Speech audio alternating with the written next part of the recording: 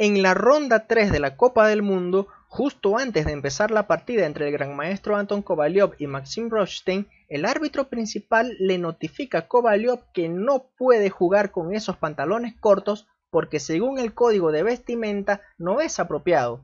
Y aquí vienen los problemas porque Kovalyov en su defensa dice que él ha jugado la ronda 1 frente a Kobian y la ronda 2 frente a Nan usando el mismo pantalón corto.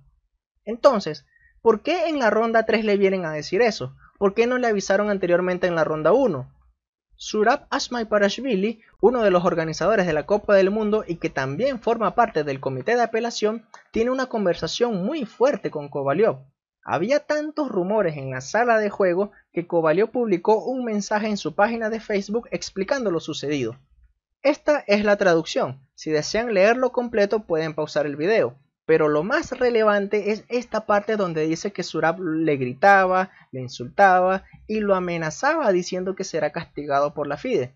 Recordemos que las sanciones que pone la FIDE por lo general son sanciones económicas.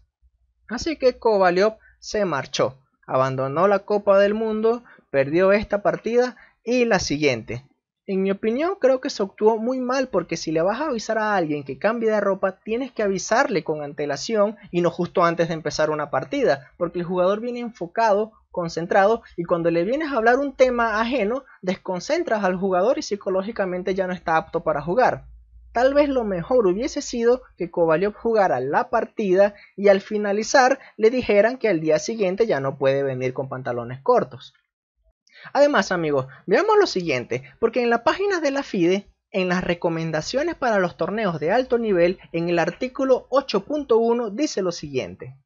La imagen del jugador debe ser dignificada y vestirse apropiadamente no solo es una muestra de respeto por el juego, sino también para los patrocinadores, incluidos los potenciales, para que les compense invertir su dinero. Por ejemplo, algunas federaciones han prohibido las chancletas, camisetas y vestidos sin mangas. Quienes lleven el pelo desaliñado y grasiento deben ser amonestados también, como quienes usen pantalones viejos y rasgados o luzcan ropa estropeada en general.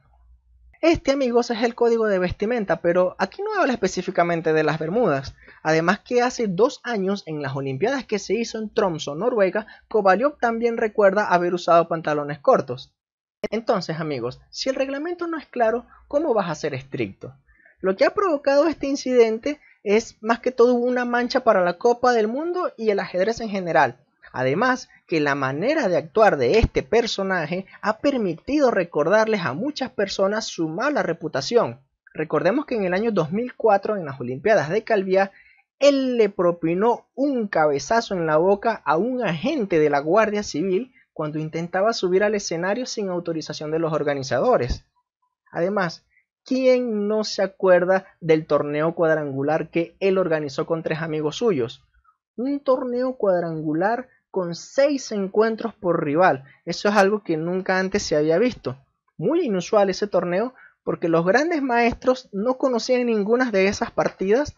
Además que el resultado fue muy descarado. Zurab Asmaiparashvili hizo 16 puntos de 18. Es un resultado impresionante en un torneo cerrado solamente de 4 personas.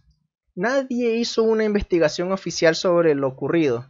Y eso fue algo muy polémico, la FIDE nunca se pronunció sobre eso. Así que bueno, amigos, como ya hemos visto la versión de Kovalyov sobre este tema, les dejo al final de este video la versión dicha por Zurab. Aunque el idioma de ese video está en inglés, él comenta sobre la forma apropiada del uso de la palabra gitano que le dijo a Kovalyov y también habla sobre las amenazas.